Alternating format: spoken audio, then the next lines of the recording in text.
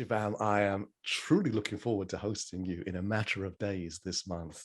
And I think the third MKAI for summit, I should say, examining the intersection of sustainability, business models, and technology. You actually helped me shape this event. I think it was quite late at night for me, and I was going back and forth to you on LinkedIn saying, what about this? What about this? And you were very patient with me, correcting all of my mistakes to try and put this together the best we can. So from your perspective, you're a senior advisor with UNEP. That does give you some unique perspectives on how this digital transformation and sustainability intersect in business. What are you looking forward to sharing most in your spotlight session at the upcoming summit? Yeah, this is a big conversation and a big topic. So there's lots to share and lots to learn. But I think when I approach these conversations of such magnitude, I think for me, more than sharing, it's can we offer each other perspectives that allow us to expand our current reality and how we perceive certain systems across the world. So in this context, when we're talking about, let's say, the intersection of tech, economy, and sustainability, which are three key sort of systems on which literally most of our life forms are governed, not about critical systems, but systems that we have created. Outside plant-based systems that we have created on which our life forms are governed. I think it's very important to consider that the economy is the baseline on which we have created all of our systems for a very long time.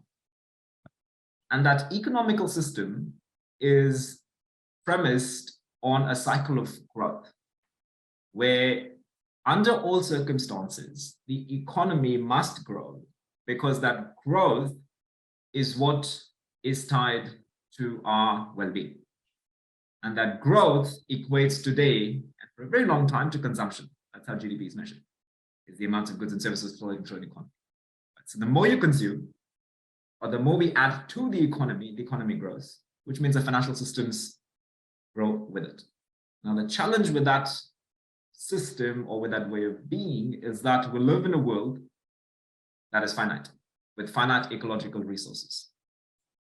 So it creates a mathematical paradox, where we are talking about a system that is premised on growth, on infinite consumption, in a world that is limited by resources.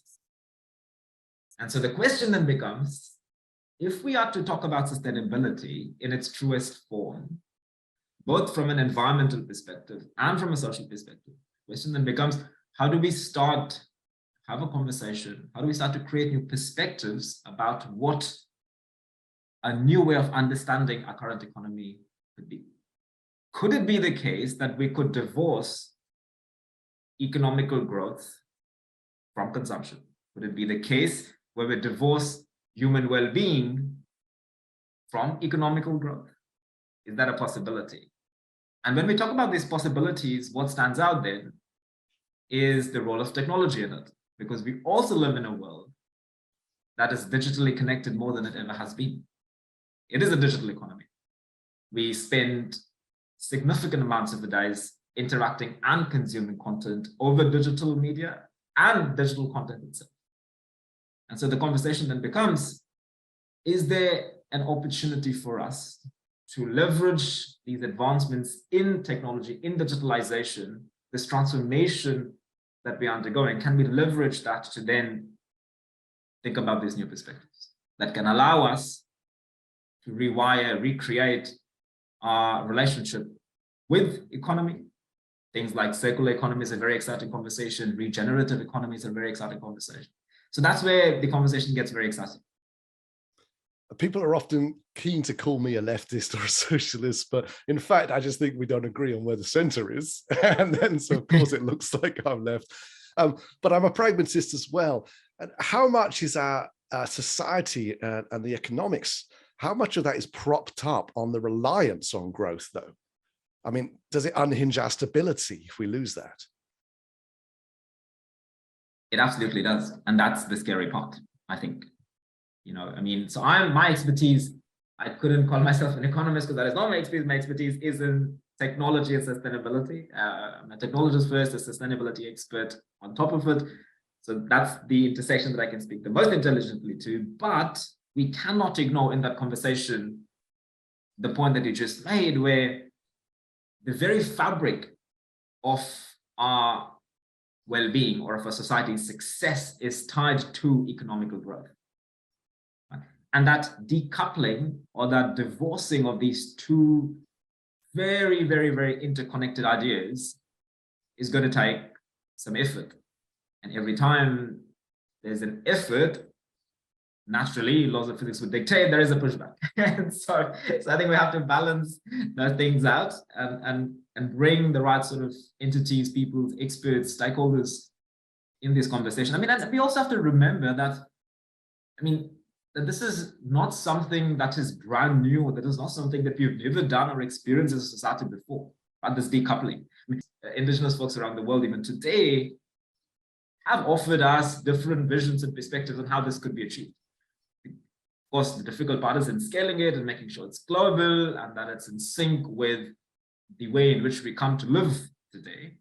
But that doesn't mean it can't be done. It means it's a difficult conversation. It is, for sure, and we're talking about sustainability and climate change here, but that's not the only mega trend, mega issue that we have to contemplate.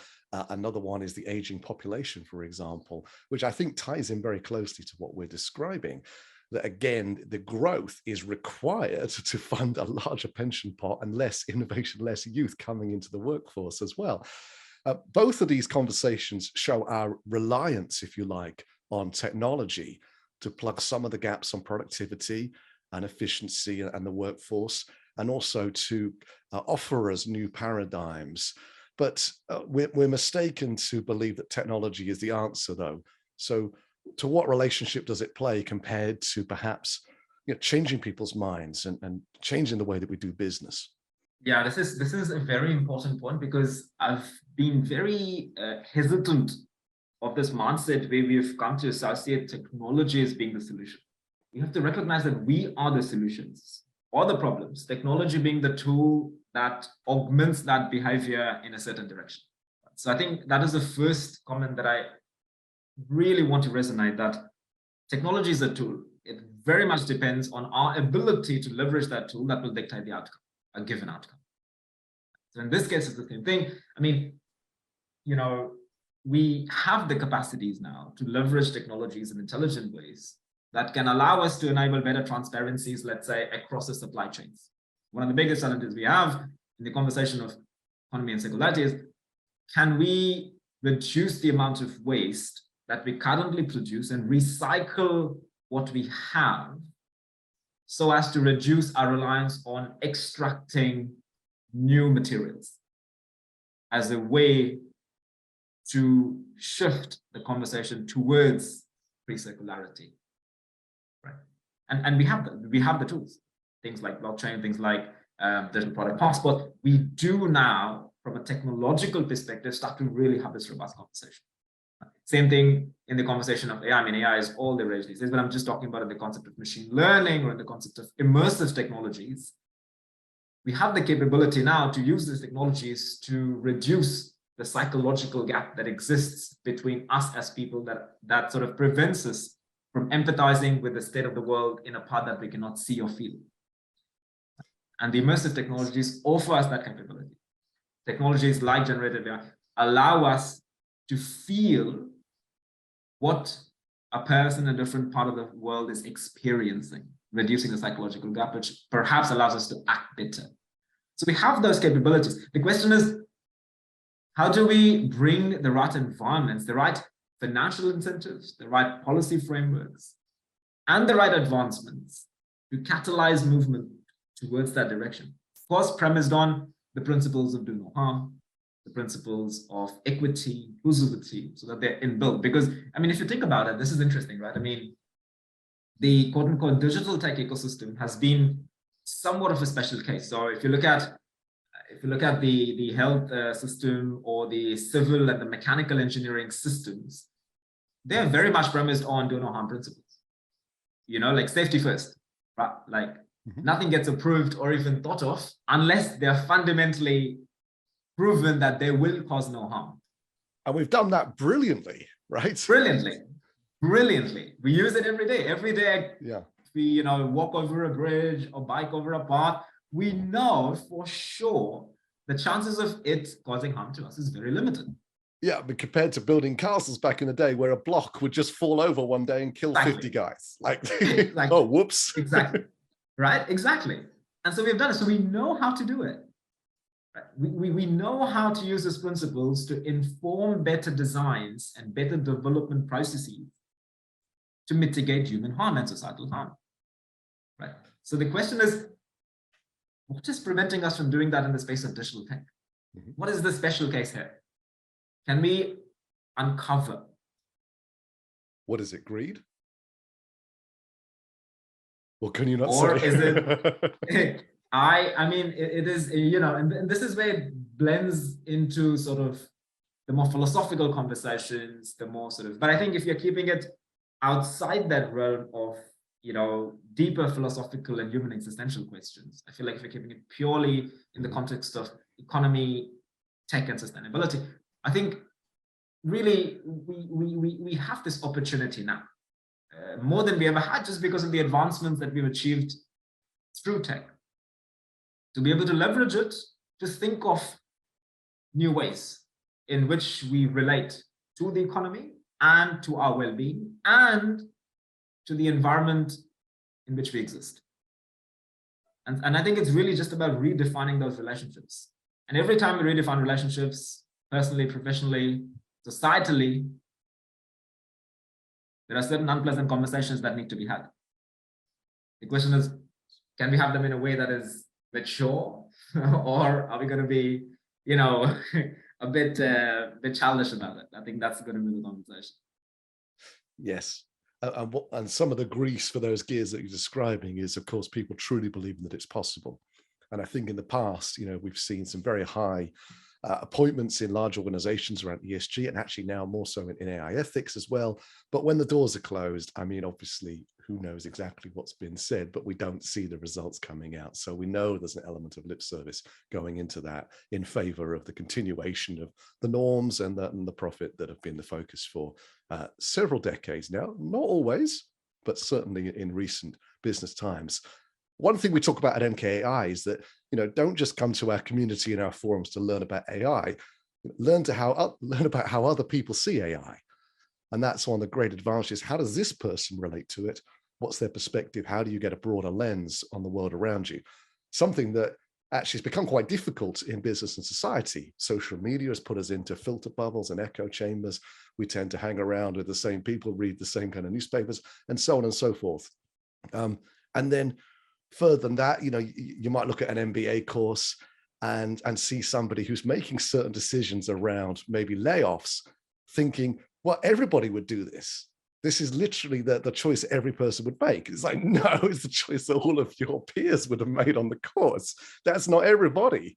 And even in India, I think they're trying to mix up more of the castes in schools so that you can make a decision later in life and actually realize some of the ramifications that people that are not in your situation will have from doing this.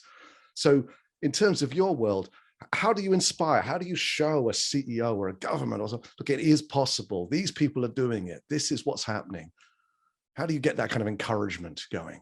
There's two ways to look about this, right? There's the professional undertaking, which through my role at the United Nations Environment, we've got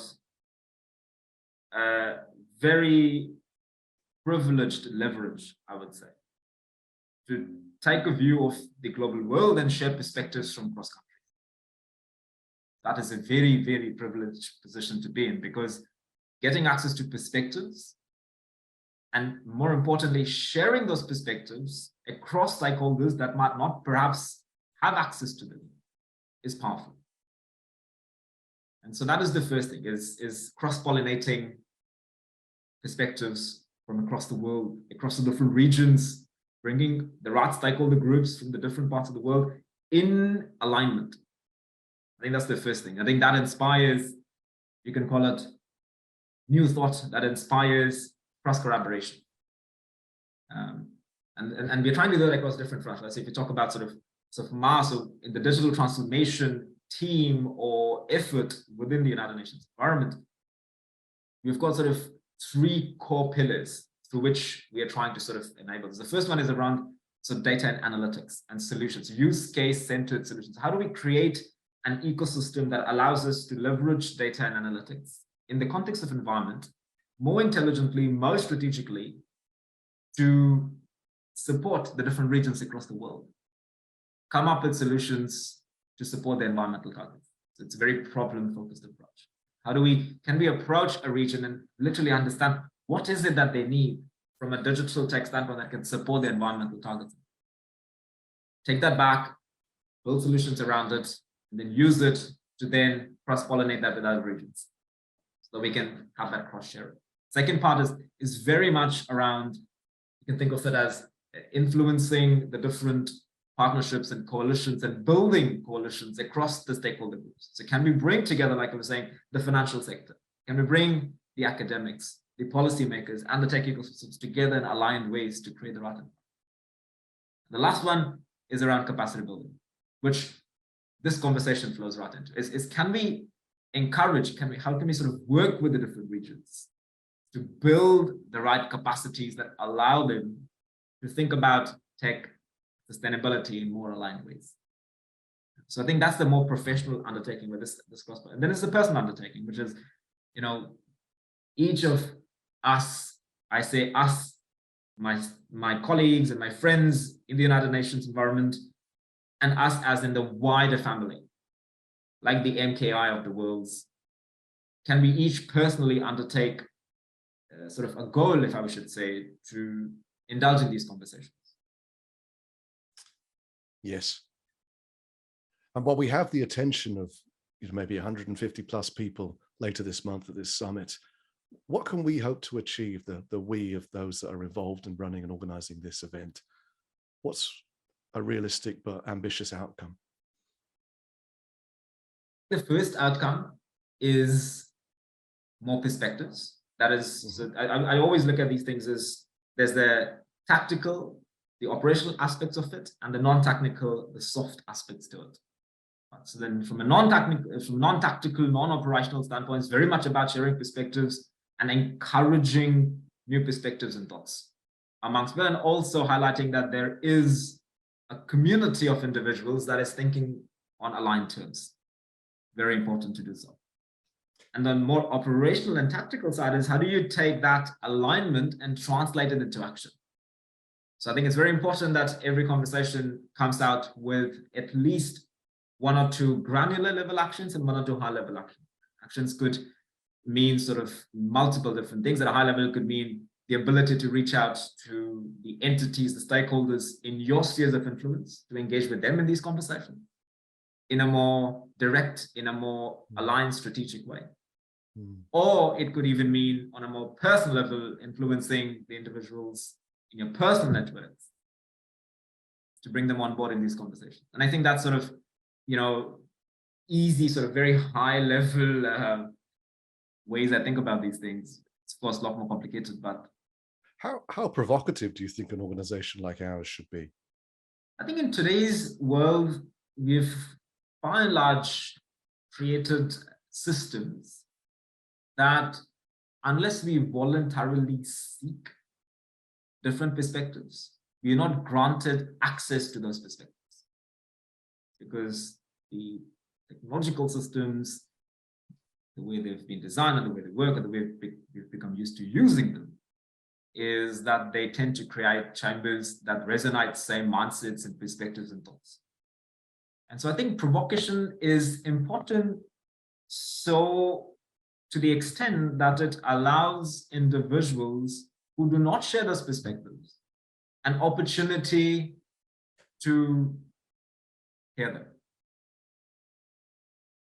in a way that is, of course, done that doesn't de-alienate or is not by default exclusive in nature. I think that's very important. So I think if we go in with the premise that we want to be provocative with the intention of encouraging increased conversation and dialogue with the hope to achieve alignment, yes. But provocation with the intention of causing more rift for the sake of provocation certainly not. And I'm pretty sure that you're more in the former category. So I think that's definitely the path. Yeah, we're pursuers of curious inquiry for sure, Exactly. and perspective gainers. But we're also, and we're trying to strike this balance that you say, that we can be provocative, but we can be inclusive. They're potentially two diverse aspects that you have to combine. And also the changing world. If you were living in Germany in the late 1930s into the early 40s, at what point do you have to change the way that you act? At what point do you have to take a stand? At what point do you have to say, that the world is in a state now that we aren't, none of us are able to have quiet reflection anymore. We're just going to have to speak up, and we're going to have to make a noise in response to the urgency, and obviously talking about the climate crisis now, that we see in front of us. Definitely. And I just use this opportunity to remind people that when we're talking about, 1 degree, 1.5 degree, 2 degrees, we're not talking about the weather, right? That's 18 degrees in the morning, 30 in the afternoon, who cares? You've got to relate it to like body temperature, homeostasis, right? When your body temperature starts to rise 1, 2, 3 degrees, Definitely. it won't take long before you're dead. So that's the analogy when we talk about temperature rise. It's an important one. I think it's certainly an important one. And that's exactly the case. Right? I mean, allowing for curious minds to come together to indulge in conversations, because I think, look, I mean, given the access to information that we have today, by and large, everybody has access to all the information that they so desire. And that's the beautiful thing about democratizing access to information that we've done through the internet. The interesting part is then, if you've given people the agency to exercise and to seek all the content that exists at the tip of their fingers, then what is the value add in each of these conversations? I think the value add really becomes the ability to present considerations. And it's I think that's where the value add becomes. Is if you're reading and digesting all this content that's out there, is there an element, a layer of curation and consideration that can spark the human natural ingenuity to explore different pathways? So let's say if I'm fully deep in digesting a single piece of content, and a consideration and a sort of layer of curation comes in, can it encourage me to step out and consider a different pathway that I can then? Yeah, and you're talking about trust there as well, I think. Yeah, absolutely. But that's why I think trust is built. It can't be presumed. I mean, I think definitely trust is built. So I think the importance of language, the importance of recognizing different realities under which we all coexist, it's very important to take into account. I mean, what is a major crisis or an issue for me at the moment in my reality might certainly not be yours. And so while we recognize this conversation, there are certain global undertakings that ideally should be a priority for everybody. There is a recognition that goes with it that in the given time and moment, there are priorities in your life that might supersede the global priorities. That's not wrong or right. That demands a recalibration of how we progress forward together. You're absolutely right. I mean, I look at the UN's goals, and it's just a polite nod from me. Yep, perfect. Yep, but other countries, not so, as we know famously in recent times. Shivam, a final question for you, and it's a mindset question. We have seen certain countries, regions, think beyond GDP, and they're thinking about the wellness and the happiness and so on of their citizens. Could you imagine a world where, let's just focus on the large tech companies, though they're not the only large companies in the world, of course, but the Googles, the Apples, the Microsofts could take a similar stance where the well-being and happiness of not only their employees, but their users, they were thinking about it in the same way that some of these governments might be, because they've got a lot of money, right? I mean, they've got a huge treasury. So is it feasible they could make this switch? I think, is it feasible? Yes. But does it intersect with their view of how they see their role in the society? I don't know. And I think that's where sort of the two, so feasible from a perspective of who is the question.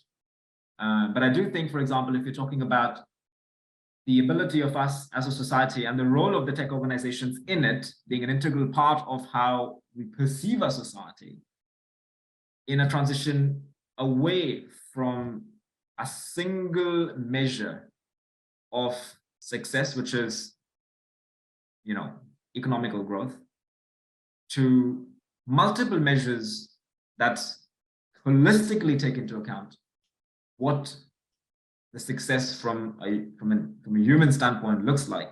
I can certainly see that progressing, because I mean, like you said, there's countries that are already trying to figure this out. Mm-hmm. So I think it's again about creating more alignment. And again, this is a very large conversation, you know, because are there definitive answers? Certainly not. But I feel like every shift, if you look at that we've undergone as a society, every big shift where we have challenged the system and transformed the system for something different, better or worse, different conversation, but for something different. This is how it has started. So we are seeing the beginnings of a shift. Yes. You know, I mean, it's global conversations, more people getting engaged, people questioning whether or not this is actually working for us in the right way or not. In one sense, it's a humongous challenge. In another, it's inevitable. Absolutely, I think so. I mean, change is inevitable for sure. Every system that exists needs to undergo reform, needs to undergo refresh at any given periods of time. And so we have had the system for a while. I think, is it due for a refresh? Yes. What the new incarnation of it would look like will depend on how we collectively address some of these concerns. And I think we can, because again, we have access now, the ability now, the awareness now to include perspectives and people and conversations that we just have not had in the past.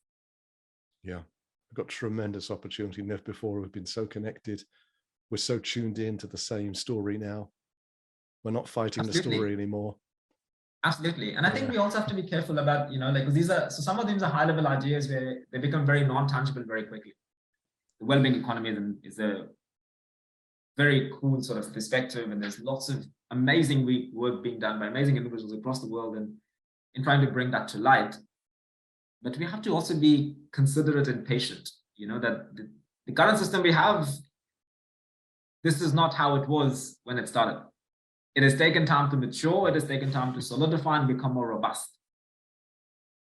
And so when we are starting out these new conversations and new ideas, of course, they started as concepts and high-level ideas. So people do often challenge, oh, but these are like big level ideas. And like, yes, but if not for them, how do we make them more robust?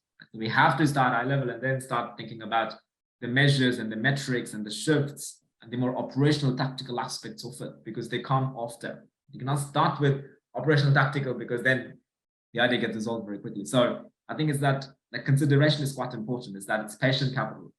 Yes. I'm not too proud of it, but not that many years ago, I played Monopoly at Christmas, and I was leading by some degree, so much so that I was giving away property. Anyway, the tide turned, unfortunately, and I lost. And I got very upset, which is, I thought, unlike me, and stormed out of the room. And my then partner's son said to me, how could you possibly get upset about these little pieces of paper with numbers on them that mean nothing? And I said to him, that's all that money is anyway. It's no different. Yeah, see, that's exactly it, man. I mean, and that's exactly where the philosophy comes in, because I mean, the system exists because we award a certain value to the system. Yeah, it's a story. Right? And that's just the reality of it. But then if enough people assign a value, then in order to devalue it, the same number of people need to also then think about it differently.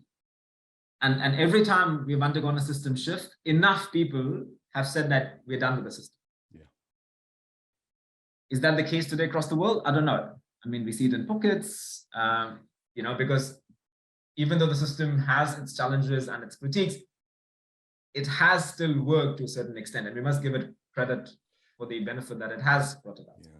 You know, so yeah, I think it's that balanced conversation. I mean, I'm not a rich man, but you know, it's very easy to sit here and think, guys, come on, let's move to this new economy. Well, there's nothing I want, right? Right, exactly. And also we have to understand the deep-seated inequities that exist across the world also. For certain parts of the world, it is a lot easier, I would say, to have this conversation. Well, let's think about a new economy. Let's move forward because we want to divorce the dependency because you've achieved, by and large, as a society in some parts of the world, a certain level of economical maturity. That sort of has come as a result of the last many hundred years of deep-seated global inequities. And so is it fair then to take that sentiment and transpose it to the other parts of the world? I don't think so. Yes. So I think there has to be that sort of very aware conversation, acknowledging these inequities where it is easier for certain parts of the world to move on and to think about new ways and blah, blah, blah. Or certain parts of the world are like, no, hold on a second. I mean, we're just starting to get a taste of what economic maturity or economic privilege looks like. Yes. And so now you're saying, oh, economy doesn't even matter. What growth are we talking about? Like, like it's a difficult conversation. For sure. Yeah.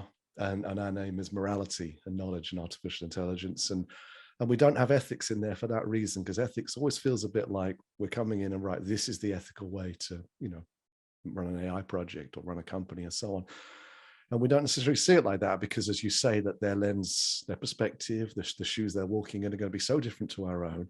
And whilst our leadership team comes from every continent in the world and our community and network, I think, crosses 102 countries. So we try to very much, get out of this sort of the echo chamber of thinking that we're ever right. But we do have that that morality. And I think everywhere, every person, every corporation, every government, has that sense of what's moral.